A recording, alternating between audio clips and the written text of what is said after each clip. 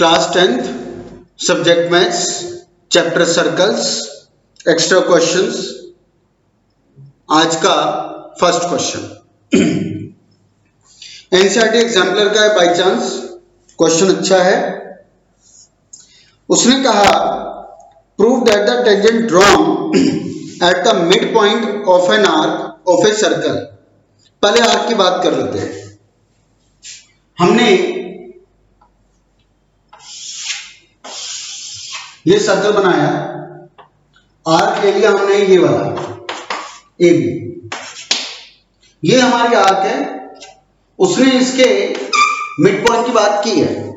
उसने कहा कि prove that the tangent, tangent कहां से ड्रॉ की गई है?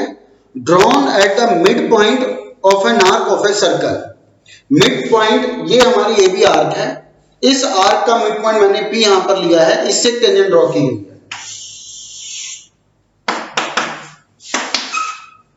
चलो टी क्यू टेंजेंट मैंने बना दी। तो यहां पे बोला गया at the mid point of the arc of a circle is parallel to the code. Code कौन सी है? ये वाली है जी। उसने इसको इसके पैरेलल कहा है। नहीं, हमें करना है prove is parallel to the कोड joining the mid point of the arc. हमें एक बार दोबारा रिपीट करता हूं। हमें गिवन है कि एक सर्कल है विद सेंटर O, उसकी एक आर्क ए बी के मिड पॉइंट पी से एक ये टेंजेंट बनाई गई है। तो ये आर्क इस आर्क के इक्वल है, ये आर्क इस आर्क के इक्वल है क्योंकि पी इस आर्क का मिड पॉइंट है। और अब हमें ये प्रूफ, अच्छा ये हमें टेंजेंट हमें बोला गया है, अब हमें ये प्रूफ करना है कि क्यूटी टेंजेंट कोड ए बी के पैरेलल होगा। ये हटा लो मैं निशान, ये हमें प्रूव करना है। हमें प्रूव करना है कि जो टेंजेंट ड्रॉन है ये कोड ए बी के पैरेलल होगी। ये हम प्रूव करके देंगे। तो चलो पहले तो जरा कंस्ट्रक्शन का काम करते हैं। पॉइंट ऑफ कांटेक्ट है, टेंजेंट है, तो रेडियस का तो रोल होगा ही। हमने इसको पॉइंट ऑफ कांटेक्ट पी से ज्वाइन कर दिया।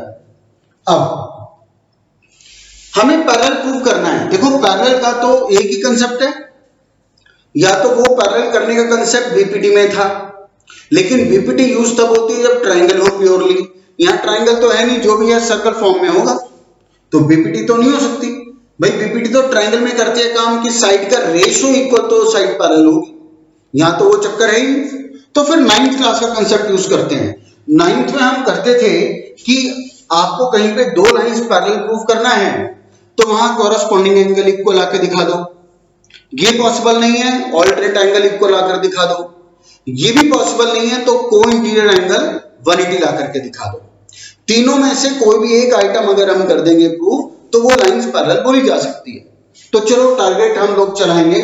फिलहाल हमारे पास क्या है? हमारे पास ये रेडियस है, हमारे पास पी पॉइंट ऑफ कांटेक्ट है, हमारे पास उस पे बनी हुई एक टेंजेंट है जिसकी उसने बात की।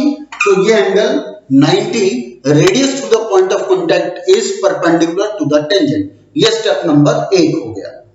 नेक्स्ट, अब ये 90 आ गया। किसी तरह अगर हम यहां पे भी 90 ले आए, किसी तरह अगर इसको भी 90 ले आए, तो फिर आगे जाके हम इंस्टेंट बोलेंगे कि but these are corresponding equal angles, but these are corresponding equal angles, तो hence AB parallel QT। यही हमारा टारगेट है।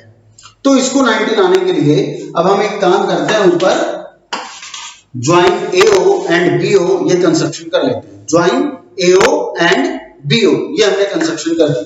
चलो अब इसको करने के लिए 9th क्लास में चलते हैं। इसका नाम दे दिया D। चलो सी दे दो। चलो सी।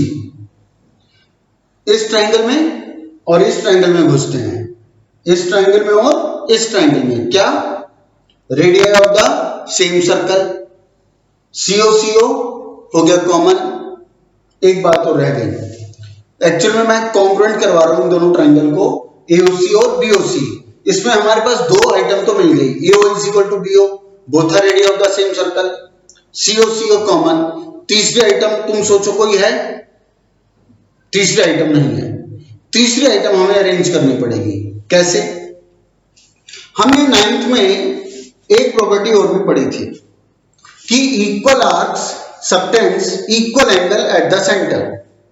ये प्रॉपर्टी 9th क्लास में, हालांकि इसके ऊपर एनसीईआरटी में एक सिंगल क्वेश्चन भी नहीं था, लेकिन प्रॉपर्टी ये वहां समरी में लिखी हुई है कि equal arcs subtends equal angle at the centre, कि अगर एक सर्कल की दो आर्क आपस में इक्वल हैं तो उन आर्क से जो सेंटर पे एंगल बनेगा वो भी आपस में इक्वल होगा। मैं अपनी स्टेटमेंट को दोबारा रिपीट करता हूं कि एक सर्कल में अगर दो आर्क्स इक्वल हैं तो उन आर्क से जो सेंटर पे ये दो एंगल बनेंगे वो भी आपस में इक्वल होते हैं, प्रॉपर्टी है। तो हमें ये दिया गया था कि arc AP equal arc BP, arc AP equal arc BP. एक बात और बता दूं, इसको 90 जब प्रूव कर दोगे नंबर 1 डालना, फिर जब आप ये बोलोगे कि सिंस एपी इक्वल बीपी, क्योंकि P is the midpoint of arc AB, तो this implies angle 1 equal angle 2, angle 1 equal angle 2, इसके पीछे रीजन डालोगे equal arcs subtends equal angle at the center, equal arcs subtends equal angle at the center, ऐसा करना जरूरी है। चलो अब तीसरी आइटम पूरी हो गई, अब शुरू करोगे congruency. Now in triangle ACO and triangle BCO, क्या AO इक्वल BO, रीजन आएगा radii of the same circle. OC reason आएगा common. Next angle 1 equal angle 2, angle 1 equal angle 2 from 2, reason दे दोगे फ्रॉम 2। तो this implies angle 3 equal angle 4, angle 3 equal angle 4 by CPCT, but these are linear pair, तो angle 3 plus angle 4 equal 180, but angle 3 plus angle 4 equal 180 degree, reason आ जाएगा linear pair. लेकिन अभी हम दोनों को इक्वल दिखा चुके हैं, तो कितने कितने के हो गए, angle 3 equal angle 4 equal 90 degree, angle 3 equal angle 4 equal 90 degree. इस एंगल 490 आ गया, इसको डाल दो नंबर, शायद तीसरा पड़ेगा, मेरे हिसाब से शायद तीसरा पड़ेगा। नंबर 1 में हमने 5 को 90 दिखाया, नंबर 3 में अभी हम 4 को 90 ले आए, CPCT लीनियर पेयर की वजह से। फिर लिखेंगे from 1 and 3 we get angle 4 equal angle 5 equal 90 degree, angle 3 plus angle 4 equal 9, angle 4 equal angle 5 equal 90 degree. तो but these are also corresponding angles, तो hence AB parallel QT, AB parallel to the tangent QT, ठीक है, ये था ये। तो इस question के थ्रू भी तुम्हें एक नया एक्सपीरियंस मिलता है।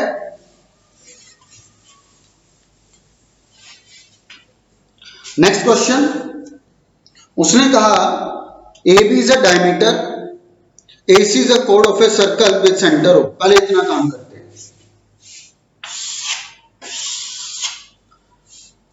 इसने कहा AB is a diameter,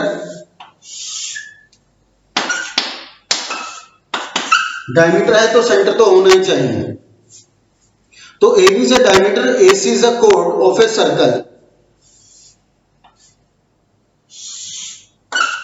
लो जी बना दिया, AC कोड बन गई, such that BAC 30 डिग्री,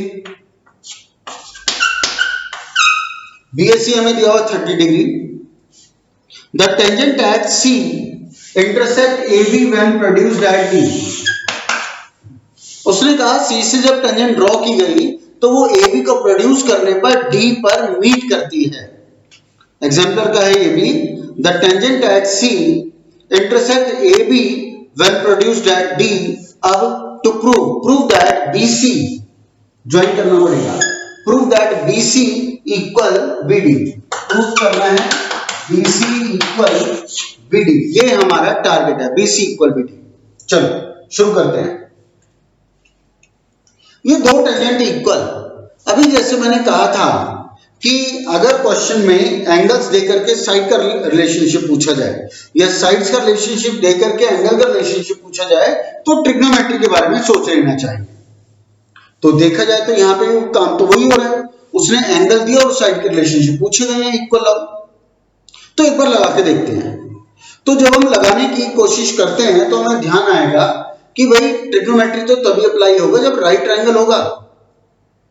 अब जिसकी बात कर रहा है बीसी और बीडी की, ये तो राइट ट्रायंगल ना तो है ना हो सकता, ये तो ना तो राइट ट्रायंगल है ना हो सकता, तो कोई रोल ही नहीं बनता ट्रिग्नोमेट्री का। और वैसे भी जो एंगल दिया गया है वो तो पूरा उससे बाहर है, वो वैसे मतलब नहीं बनता। तो इस तरह से तुम्हें शुरू में लग जाएगा पता, शुरू के कुछ ही स्टेप में।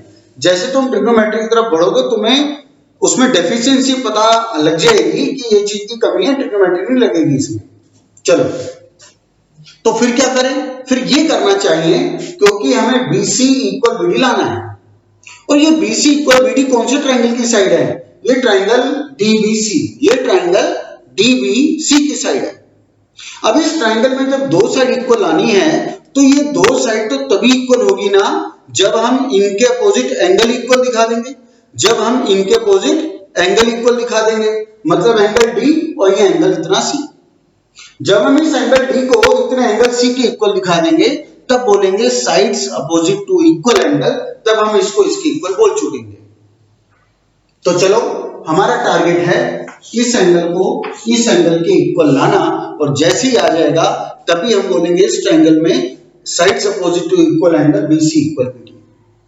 अब ये कैसे लाया जाए इसको देखते हैं। कुछ कंस्ट्रक्शन करनी पड़ेगी, कंस्ट्रक्शन ही कर लेते हैं। हम CO को ज्वाइन करते हैं, हम CO को ज्वाइन करते हैं। नेक्स्ट, यहां पर अब हम ये देखें कि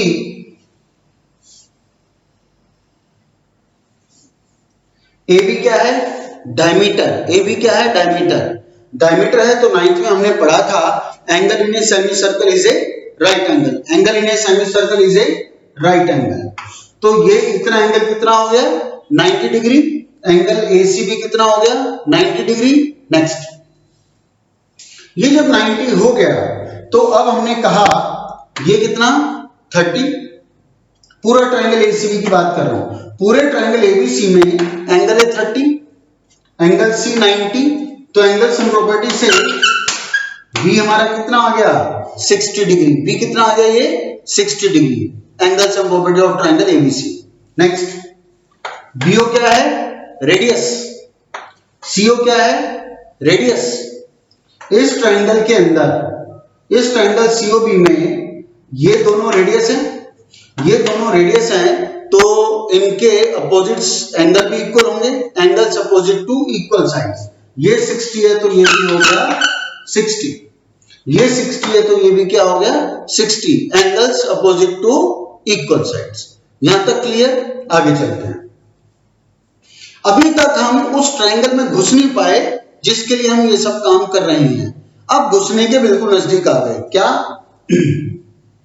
ये क्या थी रेडियस, ये क्या है टेंजेंट, ये क्या है रेडियस, ये क्या है टेंजेंट, C क्या है पॉइंट ऑफ कांटेक्ट। तो यहां पर ये एंगल भी कितना होगा पूरा 60, ये पूरा एंगल कितना होगा 60, जिसमें से ये कितना ले आए हो, सॉरी गलती हो गई, ये रेडियस टेंजेंट कितना होगा 90, जिसमें से ये हम पहले ला चुके हैं 60, तो सिर्फ ये कितना बच गया 30 डिग्री, ये कितना बच गया 30 डिग्री। यहां से यहां तक 90, उसमें से 60, तो ये बच गया 30 डिग्री। आगे चलते हैं, हम ट्रायंगल में घुस गए हैं। अब ACD पूरा एक कंप्लीट ट्रायंगल है, ACD कंप्लीट राइट ट्रायंगल है। ट्रायंगल इसके भी 3 एंगल्स हैं, पूरा एंगल A, पूरा एंगल C, पूरा एंगल D, तीनों का सम 180। उसमें से क्या क्या है, एंगल A है बिल्कुल 30 डिग्री, एंगल C है बिल्कुल है, कैसे ये देखो, यहां से यहां तक तो 90 और उसके बाद आगे 30, ऐसे यहां से यहां तक 90 और यहां से यहां तक 30, तो यहां से यहां तक पूरा कितना हो गया 120, ये कितना हो गया पूरा 120, 90 इतना 30 आ गए, तो 30 प्लस 120 कितना हो गया 30 प्लस 120 150, तो तीसरा एंगल कितना बच गया 30 डिग्री, एंगल सम प्रॉपर्टी से ये बच गया 30 डिग्री। चलो कामयाब हो गए ट्रायंगल में घुसने में। ट्रायंगल इज बीसीडी, ये भी 30 ये भी 30, इक्वल एंगल हो गए।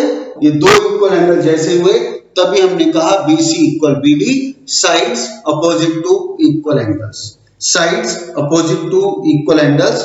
मैंने इसको समझाने के लिए काफी देर तक बोला है, उतना लंबा ये नहीं है। जब एक बार कर लोगे, दूसरी बार कर लोगे प्रैक्टिस, तीसरी बार बहुत छोटा, बहुत आसान और बहुत टुच्चा क्वेश्चन लगेगा। आगे चलते हैं।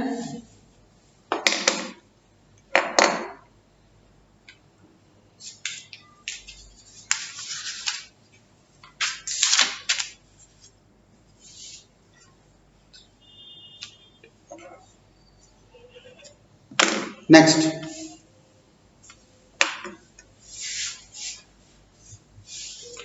अच्छा एक और जरा तुम्हें एक्सपीरियंस करवाऊं। मैं कुछ पार्ट इसका मिटा रहा हूं एक चीज समझाने के लिए।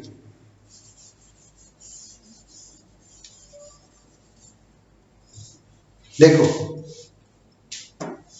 तुमने ये देखा, ये ट्रायंगल है, ये एक टाइप की प्रॉपर्टी है और तुम्हारे काफी काम आएगी। ये ट्रायंगल है, एबी का डायमीटर होना ना होना जरूरी नहीं है, हर एक जगह ये एप्लीकेबल होती है वैसे।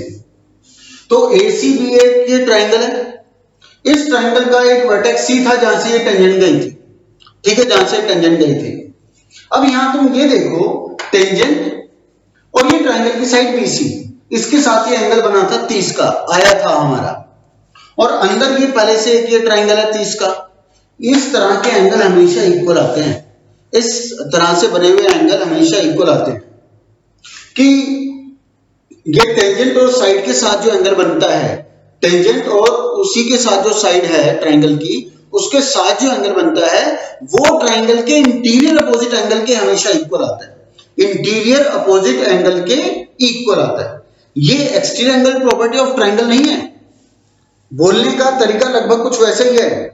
वो तो ये कहता है कि ट्रायंगल में exterior angle is equal to sum of interior opposite angle, दो एंगल के सम के इक्वल।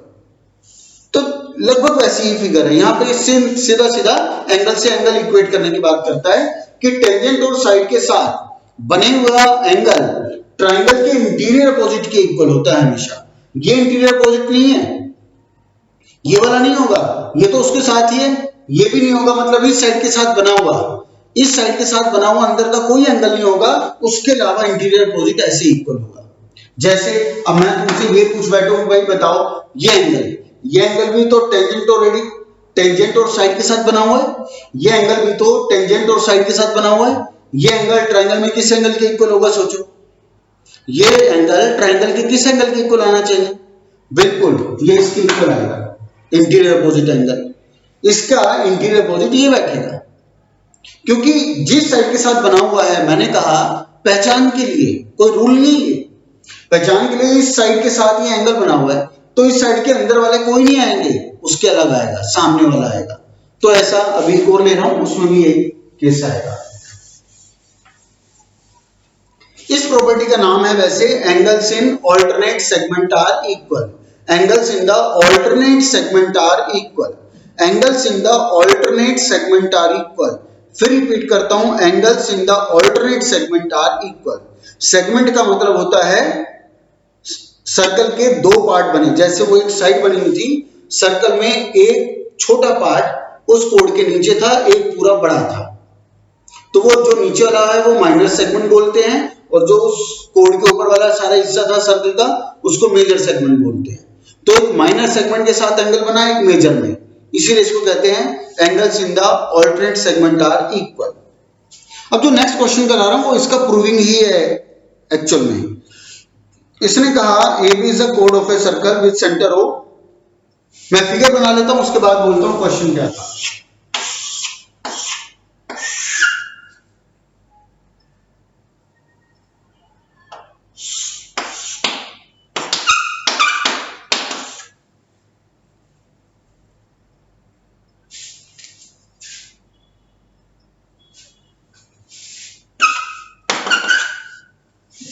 देखो, हमें इसमें ये प्रूफ करना है।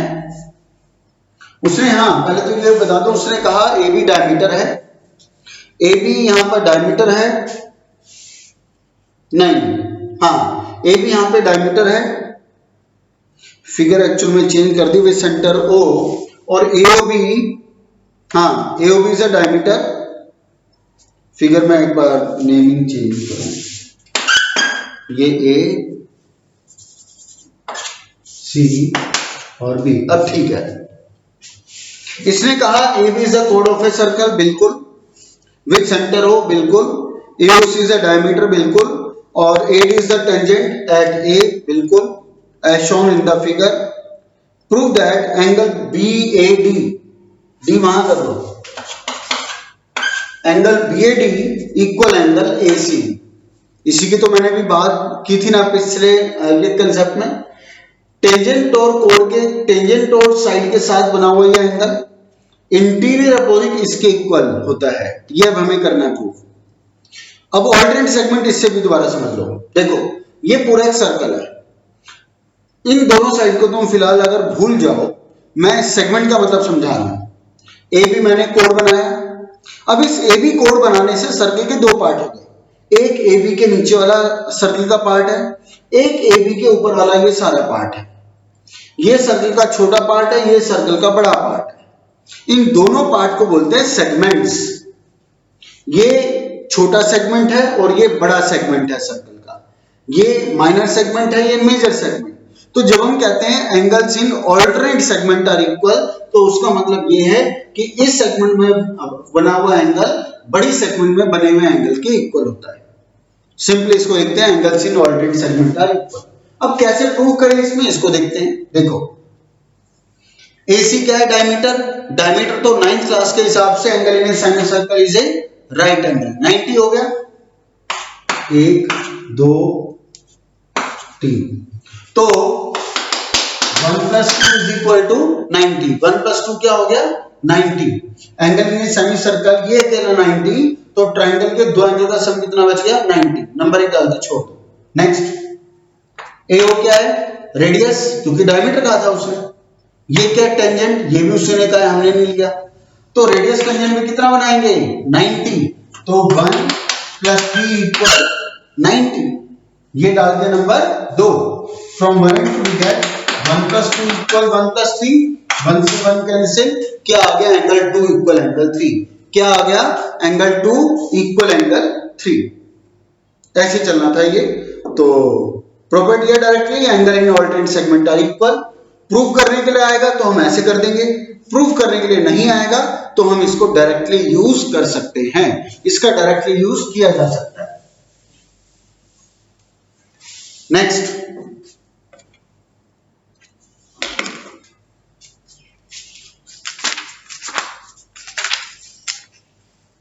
इसी का एक दूसरा एक्सपीरियंस लेना, ये ऑल्टरनेट सेगमेंट वाला जो भी मैंने कंसेप्ट किया, दो क्वेश्चन में इन दोनों फिगर्स में एक बात कॉमन आई थी। फर्स्ट क्वेश्चन में भी उसने डायमीटर बनाई थी, इसमें भी उसने डायमीटर बनाई है, ऑल्टरनेट सेगमेंट का कंसेप्ट सेम लगा। अब जो बनाऊंगा उसमें डायमीटर नहीं होगी, तो डायमीटर होना जरूरी है, वो बाय चांस डायमीटर ये आ रहा था, बिना डायमीटर के भी एंगल्स इन ऑल्टरनेट सेगमेंट हो जाता है, बस उसमें कंस्ट्रक्शन थोड़ा सा करनी पड़ती है, उसको चलाने का तरीका थोड़ा डिफरेंट हो जाता है, तो वो तुम्हें इस एक्सपीरियंस में मिलेगा।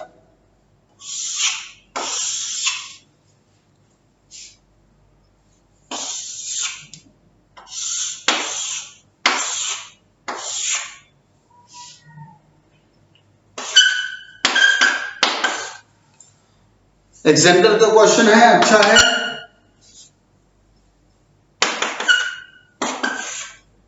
चलो, इसने हमें ये कहा कि ये एक टेंजेंट है और बाकी पॉइंट ऑफ कांटेक्ट के उसने दिए गए हैं नाम, फिर उसने कहा कोड A B parallel to the tangent, ये पैरेलल हमें दी गई है, उसने कहा ये कोड इस टेंजेंट के पैरेलल है।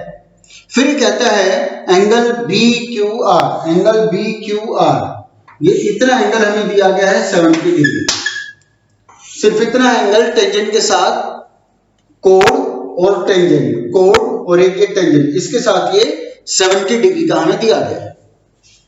हमें फाइंड आउट करना है angle A Q B. Angle A Q B, ये इतना एंगल हमें फाइंड आउट करना है भाई, ये एंगल हमें फाइंड आउट करना है। शुरू करते हैं। पहले तो तुम देखो angles in alternate segment applicable है।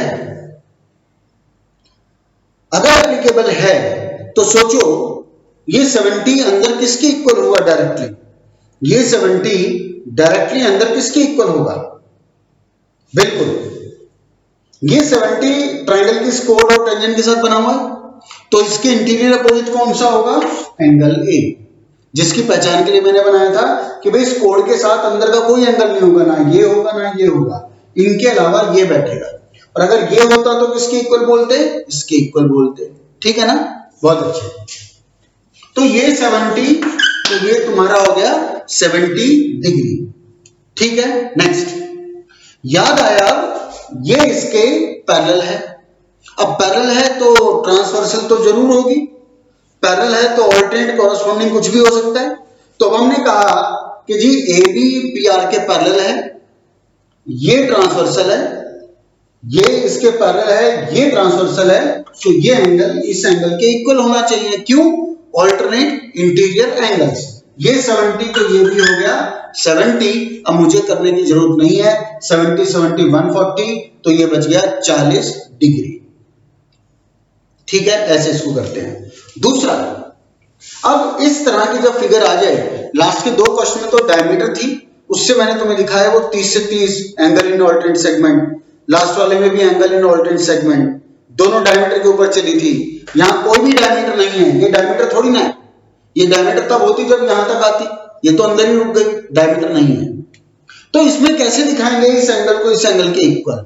अगर मान लो एक्सक्लूसिव यही क्वेश्चन आ जाए कि बस इस एंगल को इस एंगल के इक्वल लाओ, तो कैसे लाएंगे इसको समझते हैं।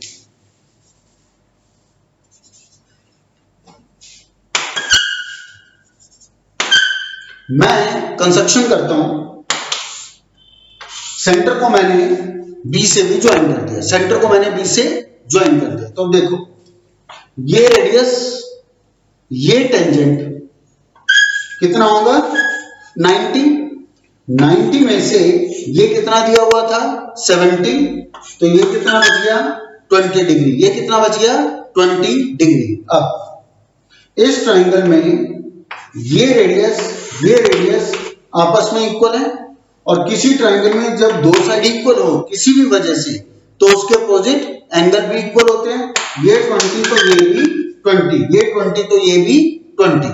अब इन तीनों एंगल का सम कितना है 180, ये कितने के आ चुके हैं 40 के, तो ये कितना बच गया 140, ये कितना बच गया 140 एंगल सम से। अब चलते हैं 9th क्लास में। 9th क्लास में हमने पढ़ा था कि जब एक आर्क से एक एंगल सेंटर पे बने, उसी आर्क से सर्कमफ्रेंस पे बने, तो सर्कमफ्रेंस वाला एंगल सेंटर वाले एंगल का हाफ होता है। वो थ्योरम थी angle subtended bye arc at the centre is twice, याद आ गया ना, वही वाला। देखो बी क्यू से एक एंगल सेंटर पे बना, बी क्यू से एक एंगल सेंटर पे बना, बी क्यू से एक सर्कमफ्रेंस पे बना, तो सर्कमफ्रेंस पे बना हुआ इसका आधा होगा, ये 140, तो ये रह गया 70, ऐसे लेकर के आते हैं। तो एंगल्स इन ऑल्टरनेट सेगमेंट ध्यान ना रहे तो ऐसे कर सकते हो। वैसे तो जब एंगल इन ऑल्टरनेट सेगमेंट ध्यान नहीं रहेगा तो ये तो बिल्कुल भी ध्यान रह ही नहीं सकता। तो सबसे आसान तो वही है, उसी को प्रैक्टिस में लाया जाए, उसी को याद रखा जाए। नेक्स्ट, और इस चैप्टर का लास्ट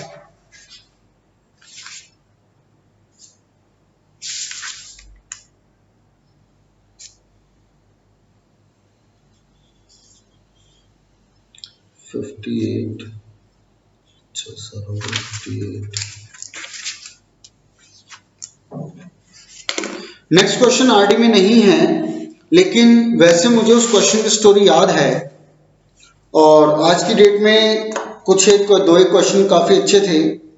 जो क्वेश्चन करवाने जा रहा हूं ये भी बड़ा अच्छा क्वेश्चन है। स्टोरी मुझे उसकी याद है। उसने हमें ये कहा था, और एक इसमें हम नया कंसेप्ट, नया एक्सपीरियंस देखेंगे। उसने हमें ये, मैं पहले फिगर बना देता हूं।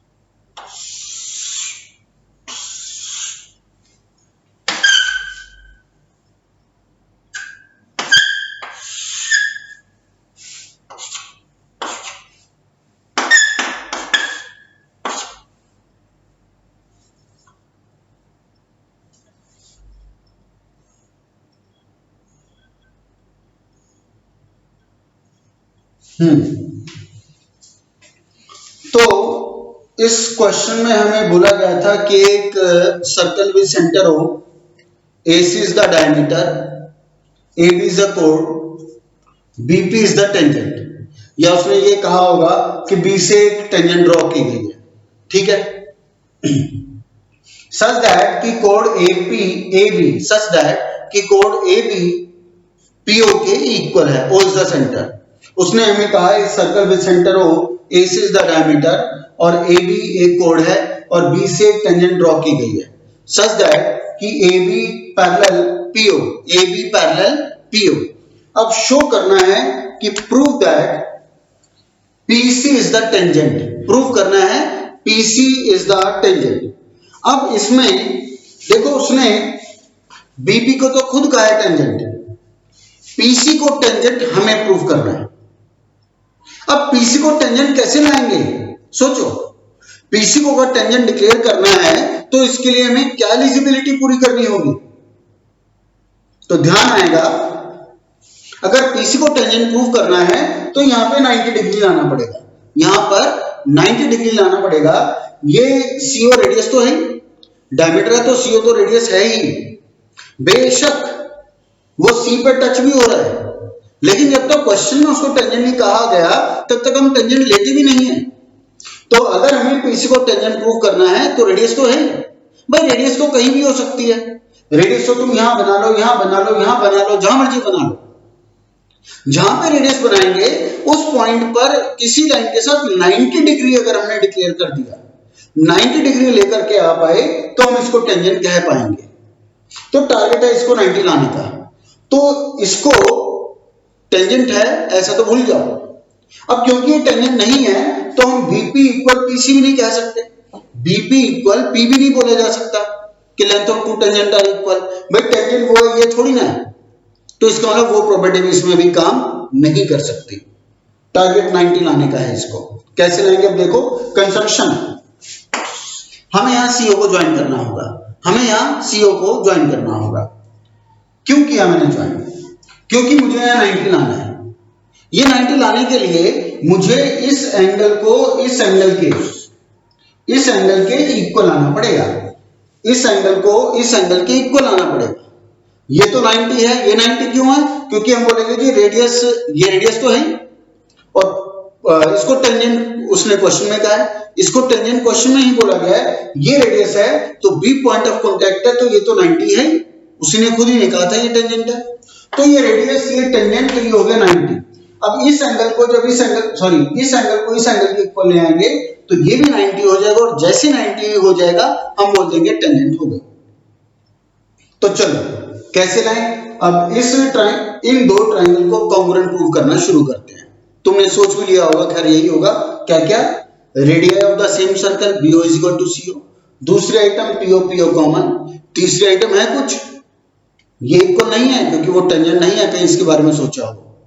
तो दो ही आइटम है हमारे पास, radius of the same circle PO common, तीसरी आइटम नहीं है हमारे पास, तीसरी आइटम लानी पड़ेगी। कैसे लाएंगे, अब वो इस क्वेश्चन की ब्यूटी है। ये एंगल, तीसरे एंगल हमें किसी तरह तीसरी आइटम ये इक्वल आनी पड़ेगी, और ये इक्वल कैसे आएंगे, ये इस क्वेश्चन की ब्यूटी है। तो देखो कैसे, 1 2 3 4, यहां पर BO क्या है, रेडियस, AO क्या है, रेडियस, ट्रायंगल AOB, इस ट्रायंगल की दोनों साइड रेडियस होने की वजह से इक्वल है, तो क्या आ गया, एंगल 1 इक्वल एंगल 2। ठीक, नेक्स्ट, ये इसके पैरेलल, ये इसके पैरेलल, ये इज द ट्रांसवर्सल, ये इज द ट्रांसवर्सल, तो क्या आ गया angle 1 equal angle 3, angle 1 equal angle 3, alternate interior angles from this and this हमें मिल गया 2 इक्वल 3। भाई 1 भी 2 के इक्वल, 1 3 के भी इक्वल, तो 2 और 3 भी आपस में रिश्तेदार हो गए, 2 इक्वल 3 हो गया, छोड़ दो। ऑल्सो अगेन ये पैरेलल, ये अभी तो हमने इसको ट्रांसवर्सल लिया था, अब ट्रांसवर्सल चेंज करते हैं। नाउ AB पैरेलल PO और AC इज द ट्रांसवर्सल, अब की बार AC इज द ट्रांसवर्सल, तो this implies angle 2 equal angle 4, angle 2 equal angle 4, क्यों? कॉरस्पॉन्डिंग एंगल्स, कॉरस्पॉन्डिंग एंगल्स, तो ये भी 2 2 आ गया, तो इससे हमें मिल गया एंगल 3 इक्वल 4, आ गया 3 इक्वल 4, जो हमें चाहिए था, जो इस क्वेश्चन की ब्यूटी थी। तो अब चलते हैं दोनों ट्रायंगल में, radio of the same circle, ये हो गया कॉमन, 3 4 के इक्वल लेकर के आया हूं, बाय सिंप्लिसिटी ये एंगल इस एंगल के इक्वल, ये एंगल इस एंगल के इक्वल, ये 90 तो ये भी 90, ये 90 तो ये भी 90, और जैसे 90 आ जाएगा, these are where OC is the radius, तो this implies where OC is the radius at point of contact C, तो this implies CP is the tangent। तो इस क्वेश्चन के साथ ये चैप्टर, ये सभा यही समाप्त। नेक्स्ट वीडियो में next chapter area related to circles. धन्यवाद। ये आज रात तक आप करके भेजेंगे। धन्यवाद।